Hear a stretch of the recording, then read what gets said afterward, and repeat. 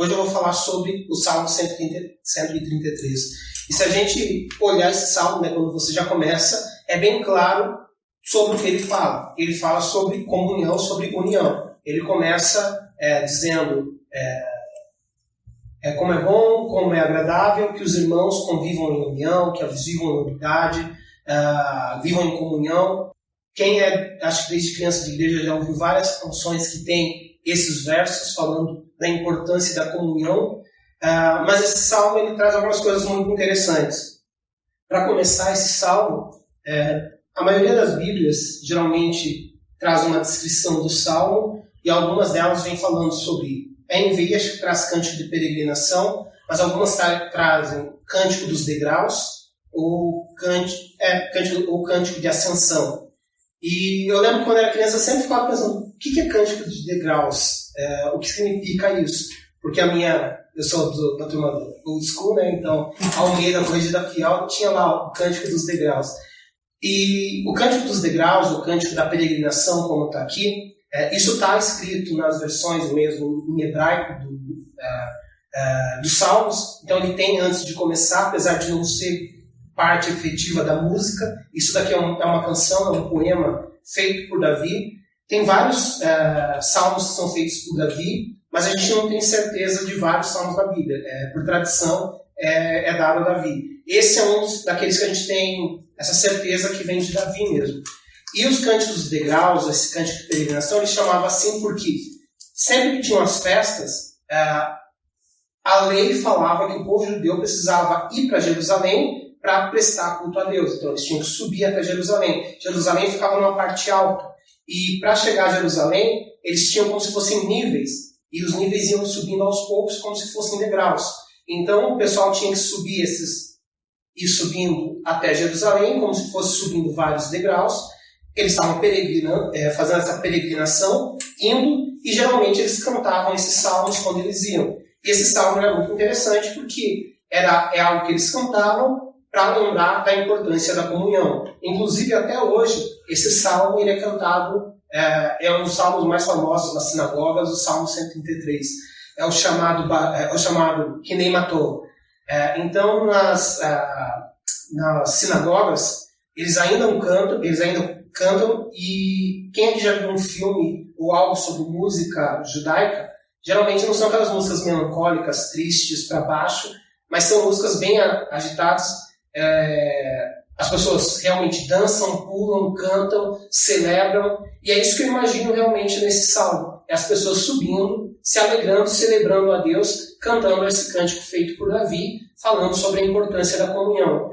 Inclusive, se procurar no Google é fácil achar em filmes, é fácil achar em várias celebrações, inclusive de pessoas que não são judias, tocando esse Salmo 133, principalmente a primeira parte, o Hinei Matov, eles celebrando, repetindo isso, falando dessa importância da comunhão. Então esse Salmo por Davi, ele chama a gente à comunhão. Mas esse Salmo também, assim como outros Salmos que a gente tem na Bíblia, alguns outros, ele traz algumas coisas como um quê de profético. Assim como a gente tem alguns salmos que falam sobre Jesus Cristo, que falam sobre coisas que aconteceram em Jesus, ou coisas que vão ainda acontecer, apesar de serem canções. Esse salmo também tem parte disso e a gente vai estar falando um pouco mais para frente. Mas então esse salmo começa com a famosa frase: como é bom, como é agradável, quando os irmãos convivem em união. Essas palavras que ele começa como é bom e como é agradável, essa palavra bom, ela tem um sentido um pouco mais profundo do que simplesmente o nosso bom. Não é só uma coisa legal, uma coisa que traz benefício, mas essa palavra bom, ela é a mesma coisa que a palavra excelente. Então ele falava como é excelente, como é agradável, como é prazeroso, quando os irmãos convivem em união. E entrando um pouco mais nesse sentido dessas palavras, é interessante a gente entender o que é essa união que ele fala aqui. A união que ele fala aqui, inclusive, esse salmo, até ontem eu postei uma música no Facebook, que ela fala Hinei Matov Manaim Sheva Yahim Yahad, que é exatamente contemplem como é bom quando os irmãos convivem em união. E essa última palavra, Yahad, é a palavra união que está aqui, ou a palavra unidade que estão em algumas Bíblias. E essa palavra Yahad é interessante, porque o Tom sempre fala de Deuteronômio 6:4, ele sempre cita o Shema hebraico, que é um versículo que os judeus eles têm que saber de cor, eles têm que falar para as crianças, têm que falar para os bebês, têm que estar sempre recitando para nunca se esquecerem, que é um versículo que diz que Deus ele é um só. E em Deuteronômio 6:4 diz assim: ouça, ó Israel, o Senhor nosso Deus é o único Senhor. Essa palavra único Senhor, ela está falando, primeiro ela fala de Deus, e usa a palavra Deus no hebraico Elohim, e a palavra Deus, essa palavra Elohim, ela está no plural. Então ela seria como se fosse deuses no plural. Mas logo depois disso, ele diz errar, é o único Senhor, ou é um. E essa palavra é um, ela diz, é um coletivo de um. O Tom sempre fala sobre isso, né, que é como se fosse um time, onde você tem vários jogadores, mas o time é um só. Então, é interessante quando você pensa que usa a palavra Deus no plural, mas fala que esse Deus no plural, ele é um só. Então, o que é isso? É o que a gente vê na Trindade, né? São 3 pessoas num único Deus. A gente crê num só Deus, mas que é presente em 3 pessoas. E no Antigo Testamento, essa é uma das passagens na qual a gente vê a Trindade. A gente vê isso, inclusive, em Gênesis 1 também, quando fala no princípio Deus, ele diz Elohim, que é essa palavra Deus, que está no plural. Mas aí, para quem conhece o hebraico mesmo, né, é interessante pensar por que usa Deus no plural e por que usa, mas fala que é um só, é uma unidade. Muitos judeus não conseguiram compreender isso, né, mas estava falando sobre a Trindade, falando sobre o Deus ser um. Então, essa palavra tem esse mesmo sentido. O Errad, o Ahad, Yahad, eles vêm dessa mesma raiz que fala dessa unidade de um todo. É quando você tem várias coisas, mas isso é um só. E então, quando se fala dessa união, é mais do que a nossa palavra união, simplesmente de você estar junto com pessoas. Porque às vezes a gente fala sobre união e vem sentido, união é quando você convive em paz com pessoas, quando você não arranja briga com pessoas. Mas não, essa palavra, conviver em união, é bem mais profunda. Ela está falando ser essa unidade. É vocês serem pessoas diferentes, mas serem uma pessoa só.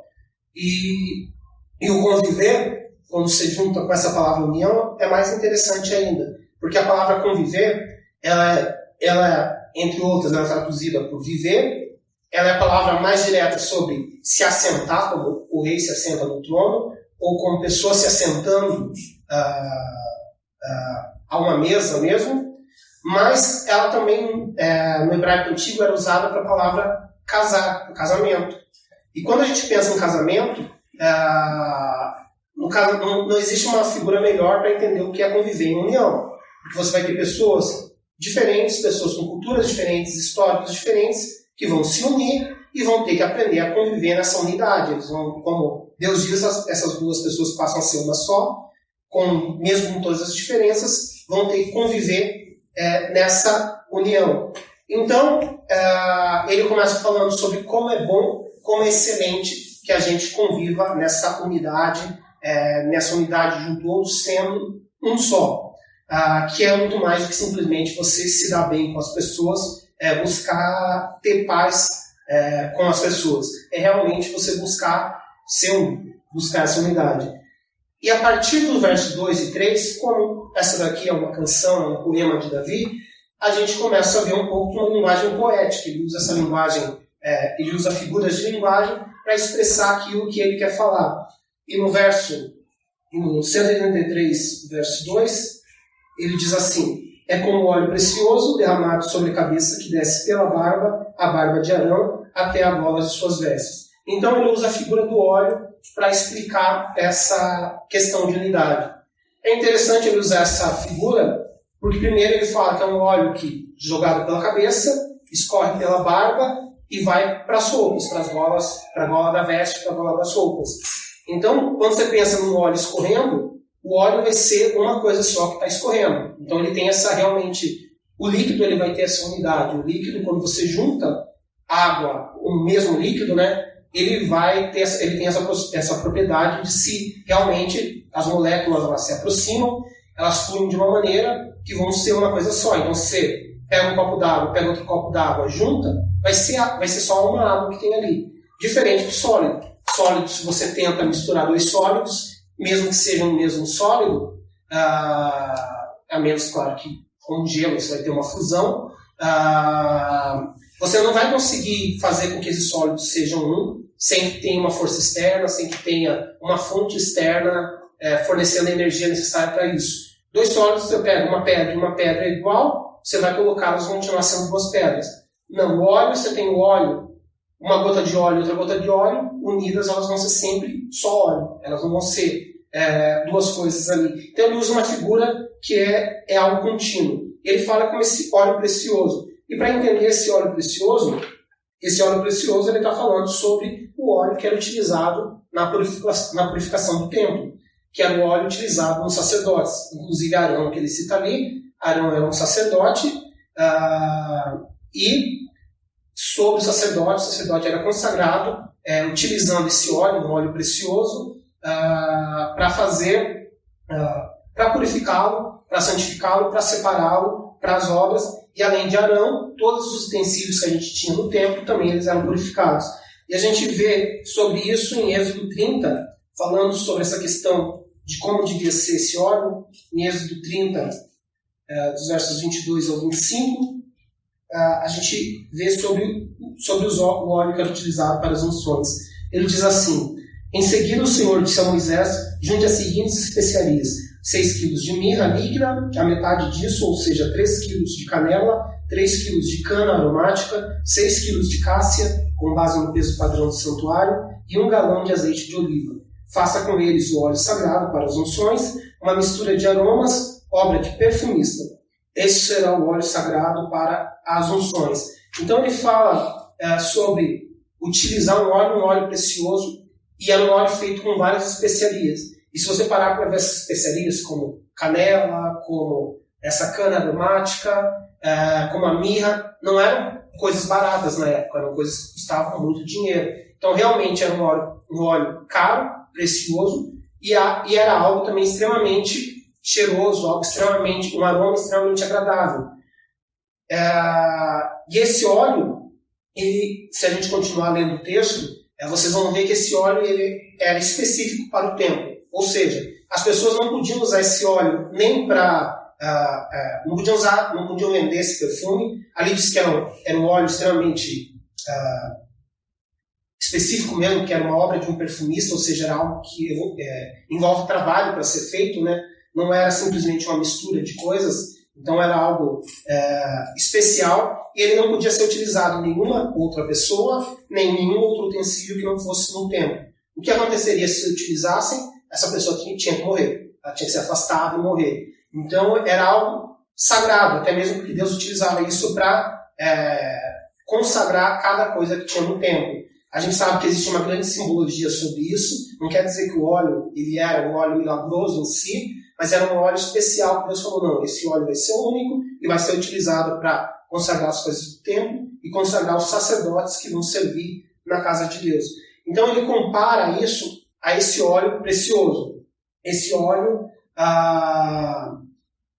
sem igual, esse óleo aromático, algo que é extremamente bom mesmo, algo extremamente agradável de sentir, e ele fala que conviver em união é comparável a isso, é comparável a esse óleo que flui, esse óleo que vai nessa sequência, e como eu disse, é interessante a gente ver essa sequência que fala, que desce da cabeça para a barba, para a gola, porque ele casa com o verso 3, quando ele faz uma comparação com o Monte Hermon e o Orvalho.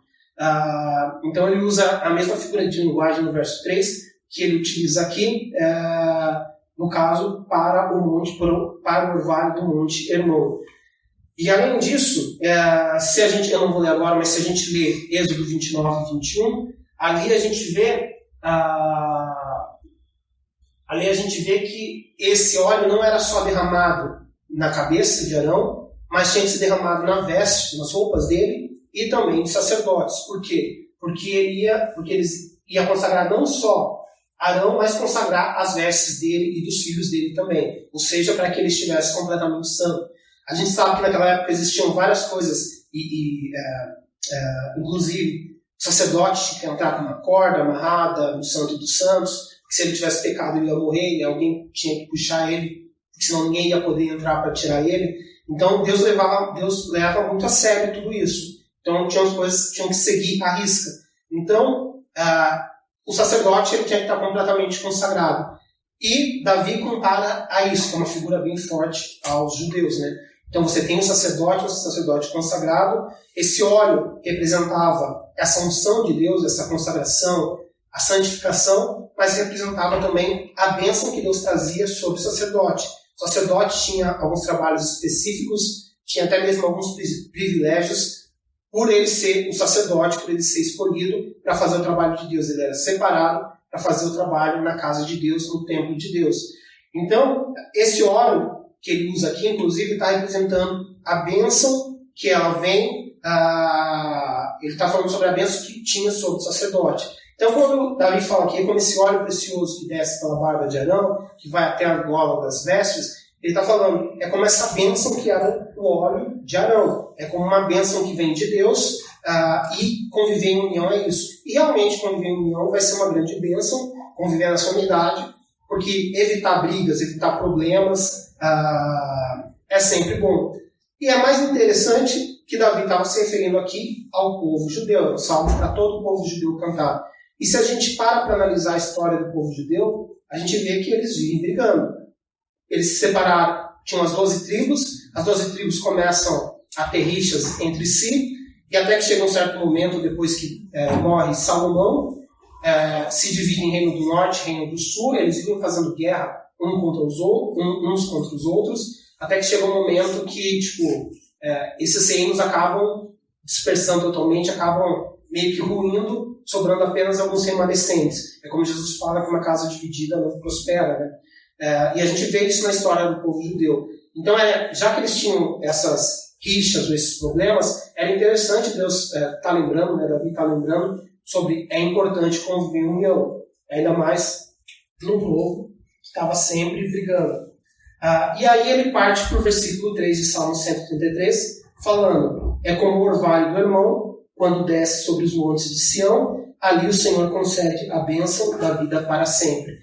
Eu falei, era interessante ver essa ordem do fluxo que ele fala no versículo anterior, que ia da cabeça para a barba, para a gola, que é um fluxo contínuo, porque aqui a gente também vê um fluxo.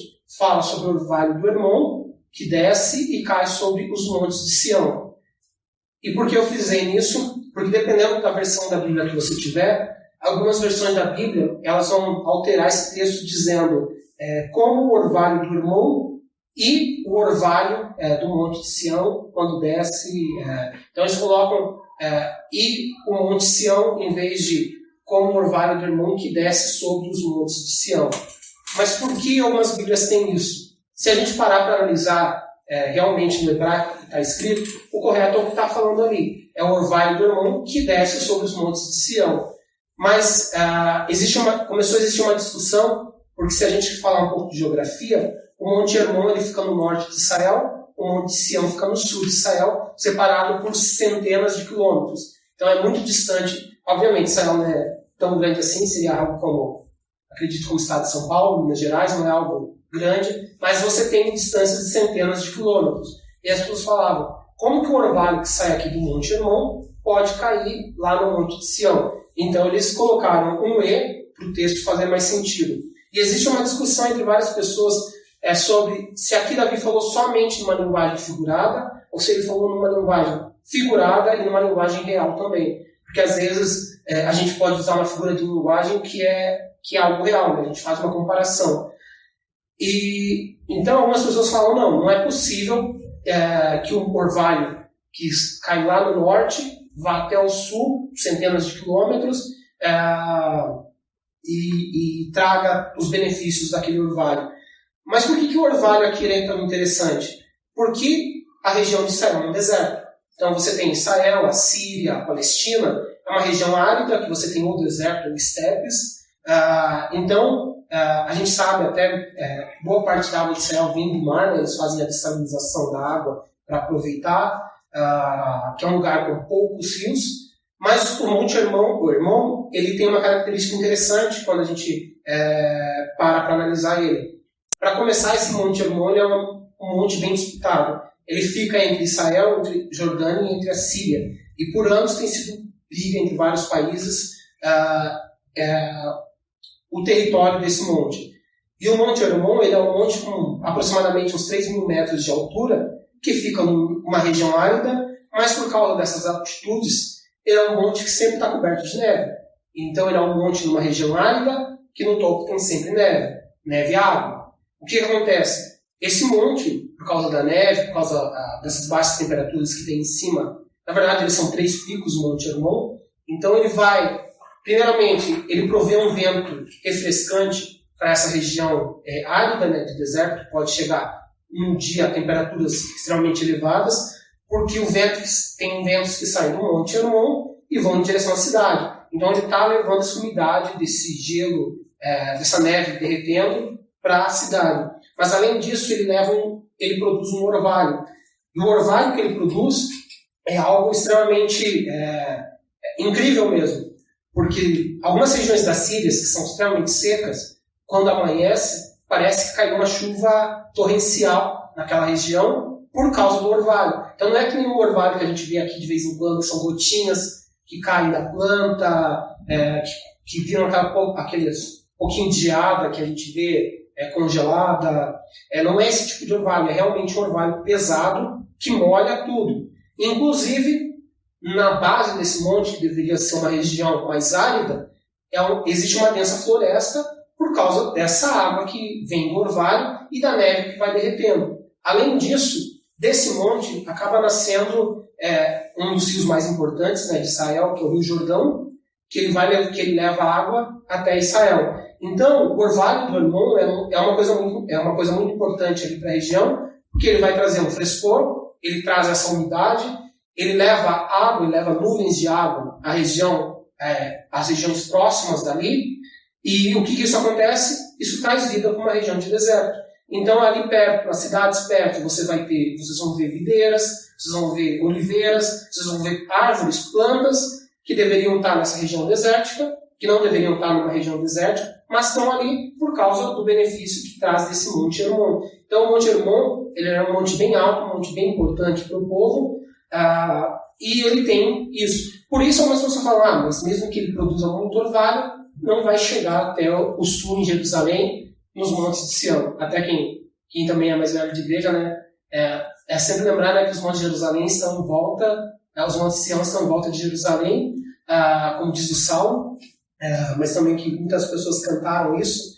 Então você tem lá no norte até o sul. Eles falam, não pode ser isso. Alguns até falam, não, realmente, o E ali, que existem algumas versões, não está correto. Mas Davi usou então uma linguagem figurada. Ele pensou como se esse orvalho, que produz tantas coisas boas, pudessem chegar até o sul. Então por isso que ele falou. O que ele quer representar realmente, assim como o óleo que trazia essa bênção para os sacerdotes, ele quer representar as bênçãos que o orvalho traz para a região. Porque trazer vida, trazer refrigério, trazer esse frescor, permitir as plantas crescerem, fluir o Rio Jordão, que vai trazendo também vida à sua margem por toda a região, isso é uma grande bênção para um pessoal que vive numa região seca. A gente que estava passando uns dias de bastante calor aqui, quando vinha um vento, ou quando começa a chover, tipo, já fica feliz porque vai vir algo mais de frescor. Então, pessoas que vivem direto no deserto, né, recebendo a brisa, recebendo essa umidade, obviamente vão ficar muito felizes com isso. Mas algumas pessoas, elas acreditam, como eu disse, que na verdade Davi também estava sendo literal nisso. E algumas vertentes eles falam que, na verdade, quando ele fala do monte, o orvalho do Hermon, quando desce sobre os montes de Sião, essa palavra Sião que ele está falando ali, ele está chamando o próprio Monte Hermon. E por que as pessoas falam isso? Porque, na verdade, em Deuteronômio, Deus fala sobre o Monte Hermon também ser chamado de Monte Sião. Em Deuteronômio 4:48, eu não vou ler porque tem duas versões ali, diz assim, diz que o monte de Sião, né, o Monte Sião, que é Hermon, isto é, Hermon. Na NVI a gente tem a tradução Sion, na Almeida, corrigida fiel, a gente tem a tradução Sião. vocês vão ver também Sirion, algumas traduções, mas se você parar para analisar o que está falando ali, é o nome Sião. Por que eles traduziram, em algumas Bíblias traduziram nomes diferentes? Para a gente não se confundir, porque existem os montes de Sião lá em Jerusalém, e aí Deus chama Hermon de Monte Sião, então não vamos colocar o mesmo nome. Assim como eles fizeram, por exemplo, com Josué e Jesus. Josué e Jesus com exatamente o mesmo nome. E Oséias também vem dessa mesma raiz. Só que eles colocam alguns nomes, eles colocam essa latinização do nome de uma maneira diferente, para a gente não confundir os personagens quando você está falando. Então, Deuteronômio 4:48 diz que Sião, que o Monte Hermon também é chamado de Sião. Então, alguns falam, se Deuteronômio 4:48 diz isso, então ele está falando sobre esse orvalho que vai do Monte Hermon, né, eles são 3 picos, e sai de um monte e atinge todos os montes, trazendo vida ali para todos os montes. Por que eles falam isso? Porque se a gente pensa, como eu disse, se a gente pensa nesse E, por exemplo, que é como o orvalho, e como o orvalho do Hermon e o orvalho, ou melhor, como o orvalho do Hermon e o orvalho dos montes de Sião, e o monte Sião, quando a gente bota no E, essa conjunção, a gente vai estar separando em duas coisas. Ela está falando do orvalho que cai no Hermon e do orvalho que cai no monte Sião. E se a gente está falando sobre unidade C1, não tem muito sentido você falar o orvalho de um monte e o orvalho do outro monte. Porque no versículo anterior, ele falou, não é o óleo que cai na cabeça e o óleo que cai na barba. Não, é o óleo que cai da cabeça e vai para a barba. Então a ideia daqui do texto é uma continuidade mesmo. O orvalho que vem de um lugar e vai para o outro. Porque ele fala, porque o orvalho que vem do Hermon, então vai trazer as bênçãos ali para a região. Então, se viver em comunhão, Deus vai trazer bênçãos para o seu redor. Então as pessoas convivem com você vai ser abençoado. A gente conviver em unidade, buscar unidade, a gente vai ser abençoado por causa disso. Mas algumas pessoas ainda vão mais além nisso. E na verdade, eu particularmente acredito nesse terceiro ponto, que Davi realmente estava se referindo ao Monte Hermon, lá no norte, e ao Monte Sião, em Jerusalém. Até porque os montes de Sião são extremamente famosos e representam geralmente a igreja. Sempre que está falando do Monte Sião, está falando do povo judeu ou da igreja, é um símbolo disso, e eu acredito que Davi estava falando disso. Mas aí pensar como então que esse orvalho que cai lá pode chegar lá no sul. Eu estava fazendo umas pesquisas sobre isso, e alguns climatologistas, eles dizem que, na verdade, durante todo o ano, por causa dessa extrema umidade, dessa neve que vai derretendo, dos ventos que a gente tem em cima do Monte Hermon, durante todo o ano, todos os dias, na verdade, se formam várias nuvens. E essas nuvens, elas são sopradas nas regiões de Jerusalém, na Síria. Então essas nuvens, a gente sabe que o vento pode soprar uma nuvem a uma distância extremamente grande. Aqui em Curitiba, por exemplo, a gente recebe ventos polares que vêm lá do polo sul e vem uma frente fria que cruza com a frente quente. A gente tem sempre nosso clima extremamente instável aqui. Mas aqui que a gente vive numa região mais alta, a gente sabe que isso acontece mesmo, né? Você pensa, a distância que tem lá a Antártida, mas os ventos polares que saem de lá chegam aqui, então a umidade que vem de lá chega aqui, o Monte Hermon ele forma muitas nuvens, e realmente essas nuvens levam essa umidade, e de certa forma, quando elas chegam a Jerusalém, ali estão os Montes de Sião. Elas vão ficar em volta também do Monte de Sião e vão levar essa umidade, esse orvalho, que são gotas d'água, né, que é o que a nuvem é feita, até o Monte de Sião. E além disso, como eu disse, o Rio Jordão, que nasce lá no Monte Hermon, ele também chega até a região ali do sul de Israel. E o rio vai levando umidade, o rio vai levando água se vaporiza, vão se formando nuvens. Então, realmente, a água que sai dos gelos, que saem lá do Monte Hermon, ela chega no sul. Se você para pensar nessa questão de meteorologia, a gente vê essa água chegando ali. E por que eu falei que eu gosto mais dessa interpretação? É porque nisso, se a gente parar para pensar, então ele está falando dessa continuidade, mas então, fazendo esse paralelo dessa bênção que o orvalho traz, que a água traz, quando a gente convive em união, isso não abençoa somente a nós, não abençoa somente as pessoas ao nosso redor, mas pode abençoar até pessoas nos cantos mais distantes que a gente pode pensar. E Isso é bem fácil se a gente para pensar, por exemplo, dá um Google, por exemplo, de um pequeno grupo que se uniu com um propósito e hoje estão fazendo bens em países como África, na Indonésia. Às vezes existe um projeto simples que começou com 5, 6 pessoas aqui e que virou algo gigante do outro lado do mundo, porque ele nasceu dessa unidade das pessoas, o mesmo objetivo, buscando fazer um bem, trazer um bem. E se a união de algumas poucas pessoas pode trazer um bem, por exemplo, lá do outro lado do mundo, na China, na África, a gente vê isso geralmente quando tem tragédias, né? Quando a gente vê esses terremotos, os tsunamis, quantos pequenos projetos começam de um pequeno grupo, e às vezes você pensa, mas eu não tenho tanto dinheiro, não tenho tanta verba, mas esse pequeno projeto dessa unidade consegue abençoar pessoas do outro lado do mundo. Se a gente pensar nisso, agora trazer isso para a igreja. E se a igreja realmente se unir, imagina o impacto que a gente pode causar, as bênçãos que a gente pode trazer, até mesmo para os lugares mais distantes. Só que às vezes a gente para se focar nas nossas diferenças, em vez de se focar no amor de Cristo que nos une. Porque, como eu disse no começo, essa palavra união é muito mais do que conviver simplesmente em paz. É fácil você, encontrando uma pessoa uma vez por semana, não arranjar briga, discussão com ela. Não quero arranjar briga, evito ela na rede social, evito, só dou oi, só digo olá, tudo bem, bom dia, boa noite. Então você vai, em tese, conviver em união com essa pessoa. Mas aqui está falando de unidade, de buscar esse mesmo pensamento, de buscar ser algo mais profundo. Então, se todos nós tivermos esse mesmo objetivo, imagina o impacto que a gente pode causar.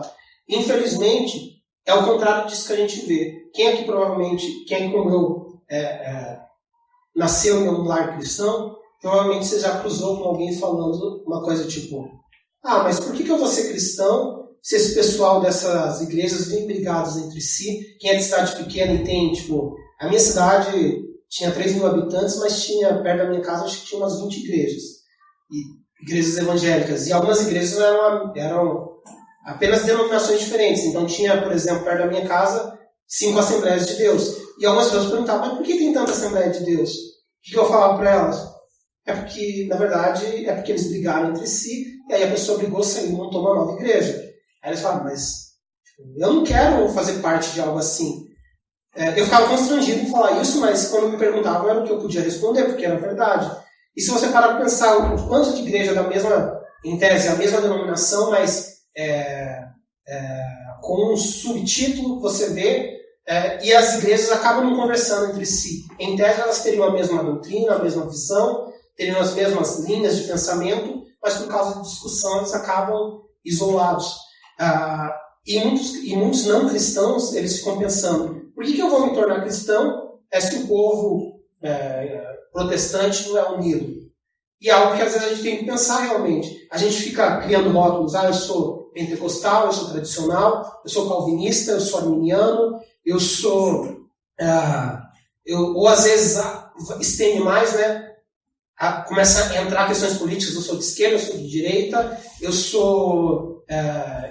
eu gosto desse candidato, eu gosto daquele, e as pessoas vão se focando tanto nessas diferenças que acabam se isolando. Então criam igrejas de pessoas que tentam sempre pensar igual, mas as pessoas não pensam igual, e elas vão se separando, criando novas igrejas, e não existe um crescimento, na verdade, existe somente divisões que vão sempre mantendo o número, que é o que a gente acaba vendo em muitas cidades.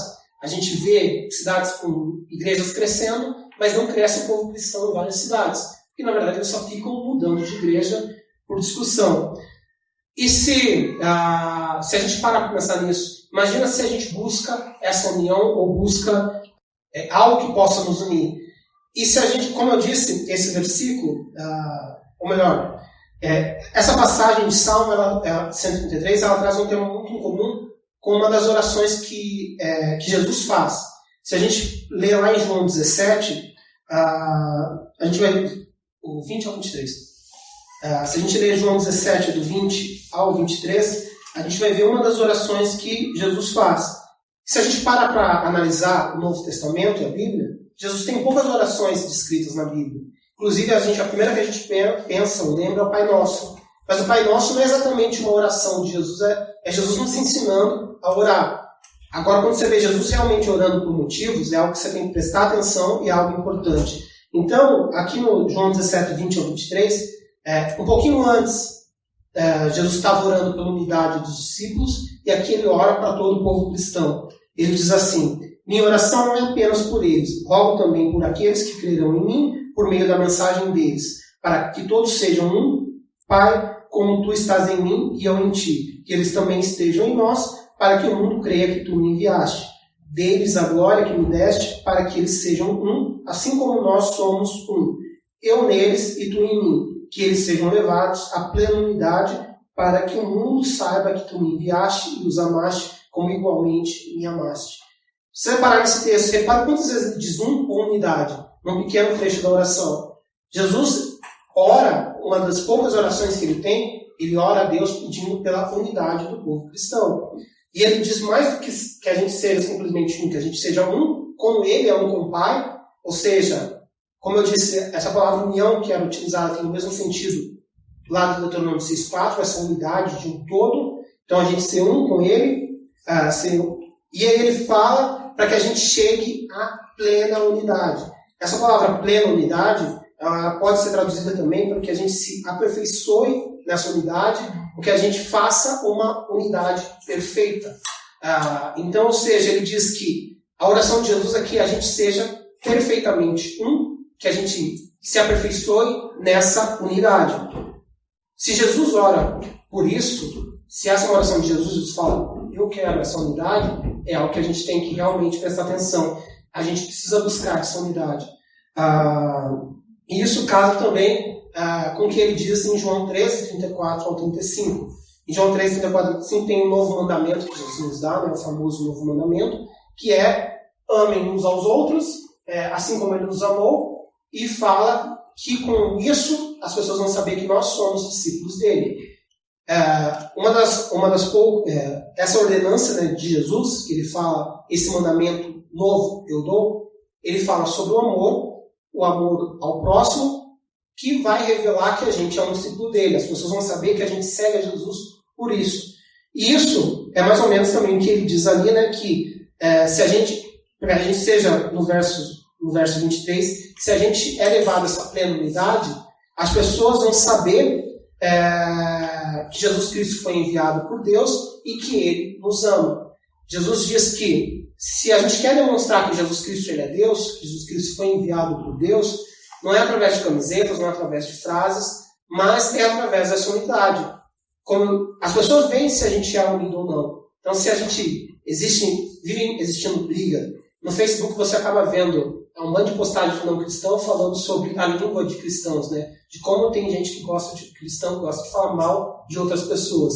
As pessoas estão observando isso. Se você é cristão, as pessoas observam ainda mais. E elas veem que isso não é uma unidade. Elas veem, tipo, a pessoa falando do outro lado da igreja, a pessoa falando daquela pessoa que canta no louvor, daquela pessoa que cuida das crianças. Então, elas acabam vendo essa não unidade e isso acaba, tipo, afastando muitas pessoas da igreja. Então, se a gente quer mostrar que a gente é um discípulo de Jesus, se a gente quer mostrar que Jesus Cristo realmente é Deus, a gente tem que começar pelo amor de uns aos outros, esse amor fraternal que vai levar a gente a essa plena unidade, e isso, através disso, as pessoas vão saber que Jesus Cristo é Deus e que Jesus Cristo realmente nos ama.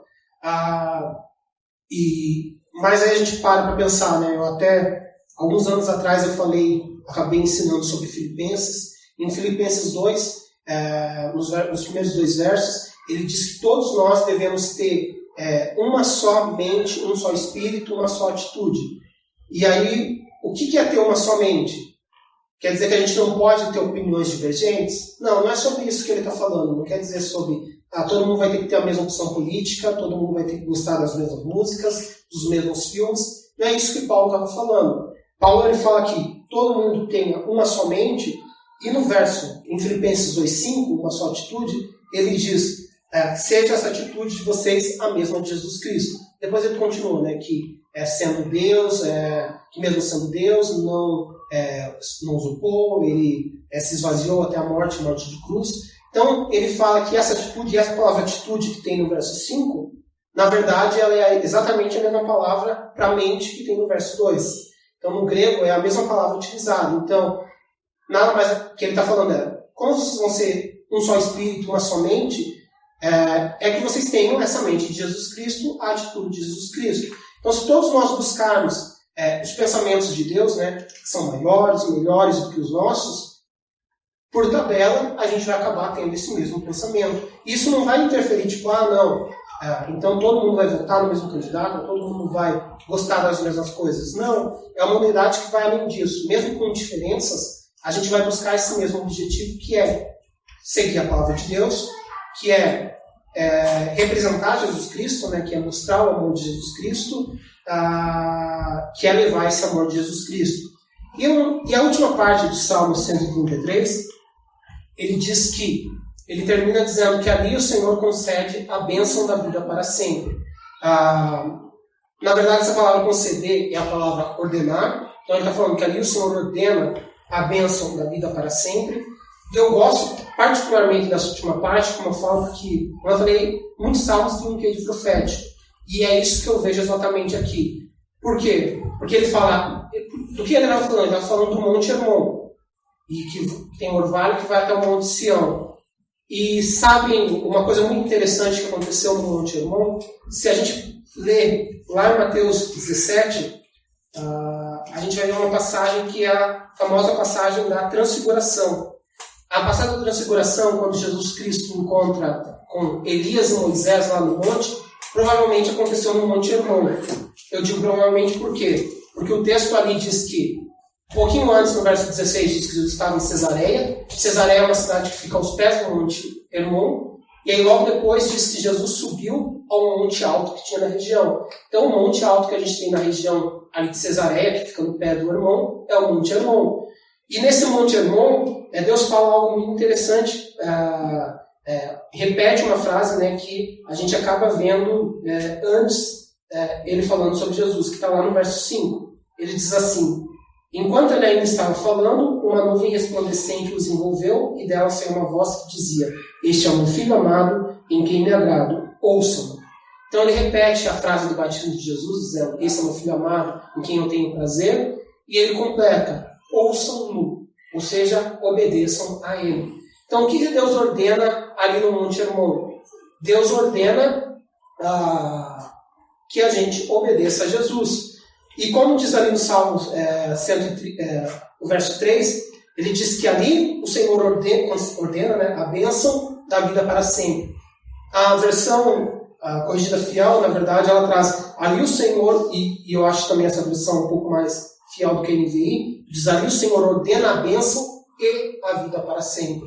E faz sentido, porque se a gente obedecer a Jesus, como Deus falou ali no Monte Hermon, que ele era o Filho amado e a gente tinha que obedecê-lo, se a gente obedece, se a gente crê em Jesus Cristo, a gente recebe essa bênção, né? Não existe maior bênção que a gente viver ouvindo a Jesus Cristo, obedecendo Ele, conhecendo as bênçãos que Ele nos dá, mas além disso vem a vida eterna, né? Que é nos dada pela graça, mediante a fé em Jesus Cristo.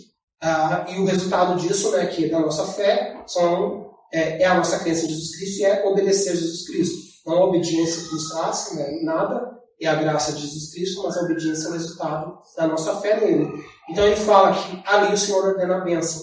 Então, ele compara, de certa forma, essa comunhão, essa unidade, ela vai trazer, esse amor fraternal, vai trazer bênçãos, e fala, e a vida para sempre, mas não porque isso vem dessa comunhão, porque isso nos leva a Jesus Cristo. Se a gente tem essa unidade, todos nós vamos buscar Jesus, todos nós vamos obedecê-lo, a gente vai se ajudar em buscar Jesus, em obedecer Jesus, e a gente vai ouvir, e a gente vai ser abençoado com grandes bênçãos, né, com vida, com refrigério que o orvalho traz, mas também com a vida para sempre que vem de Jesus Cristo, da graça que Jesus Cristo nos deu. E só para terminar, É muito triste se a gente parar para pensar nessa desunião que às vezes a gente tem na igreja hoje, e não somente na igreja, mas entre, muitas vezes, as igrejas. E uma das coisas que mais me deixa chateado, que eu vi que virou uma moda hoje em dia, acaba sendo os grandes grupos que estão se formando dos sem igreja. Pessoas que gostam de se reunir em uma casa para buscar Deus ali somente, porque eles acham que a igreja fugiu do seu propósito, porque na igreja tem muita gente hipócrita, porque na igreja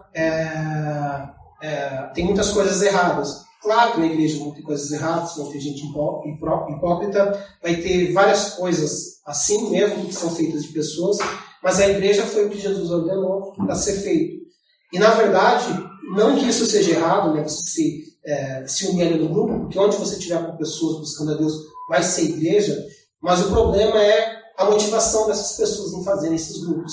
A maioria são pessoas que estão chateadas com a igreja, chateadas com uma comunidade, porque receberam uma exortação, receberam uma disciplina de algum pastor, então elas acabam se separando da igreja e procurando se unir com pessoas. Mas isso não é unidade, isso é exatamente o oposto. Você está se afastando das pessoas, de um grupo grande de pessoas, porque vai ser mais fácil você conviver somente com pessoas que pensam igual a você, com pessoas que não te acompanham em tudo que você está fazendo.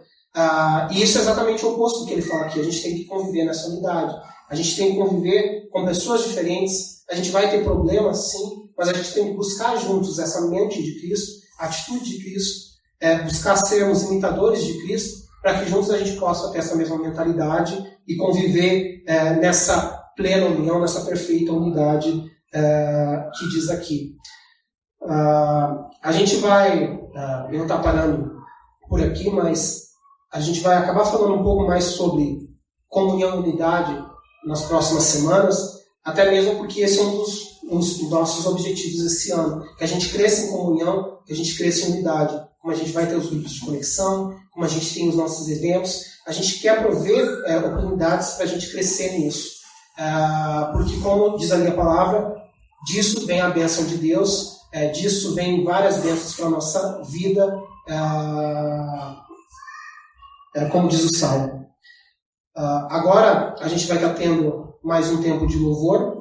Ali no fundo a gente tem a ceia. No momento que você se sentir pronto, você pode ir até o fundo e tomar a ceia do Senhor. Então vamos ficar em pé e adorar o Senhor.